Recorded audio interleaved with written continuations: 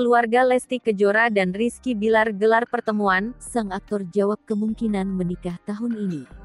Baru-baru ini Lesti Kejora dan Rizky Bilar tampak menggelar pertemuan keluarga. Banyak orang menduga pertemuan keluarga tersebut untuk membahas rencana pernikahan mereka. Namun, Rizky Bilar menegaskan bahwa pertemuan itu hanyalah sebatas silaturahmi. Rizky Bilar mengungkapkan dirinya memang berniat menikahi Lesti. Namun, dirinya masih butuh banyak persiapan untuk mewujudkan rencana tersebut. Disebutkan Rizky Bilar, dua keluarga tersebut justru belum membahas perihal rencana pernikahan. Kendati demikian, sang aktor berharap bisa segera menikahi Lesti tahun ini.